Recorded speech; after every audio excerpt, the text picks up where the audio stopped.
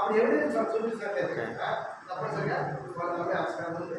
సంతకాలు కూడా తీసుకున్నాం కాబట్టి మనకి ఎవిడెన్స్ ఉంటుంది, మనం సేఫ్. అట్లా కూడా ఓనర్ మనం చెప్పినట్లయితే కనుక వాళ్ళు వినరు.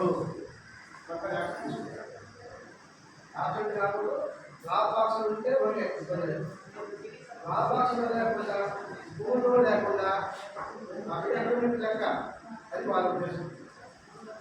కాబట్టి వాళ్ళు దీనిపైన సీరియస్గా ఉన్నారు సార్. దీనిపైన దీన్ని బలోపేతం చేసే కోసము రైట్ ఎక్స్ప్రెస్ని ఒక్కొక్క సెంటర్ అలాట్ చేయడం జరిగింది. మీరు ఈ సెంటర్కి వెళ్ళండి, ఈ సెంటర్ చూడండి అని చెప్పేసి వాళ్ళ ఆర్డర్స్ కూడా ఇవ్వడం జరిగింది. వాళ్ళని కూర్చి కూర్చోవాలనుకుంటుంది.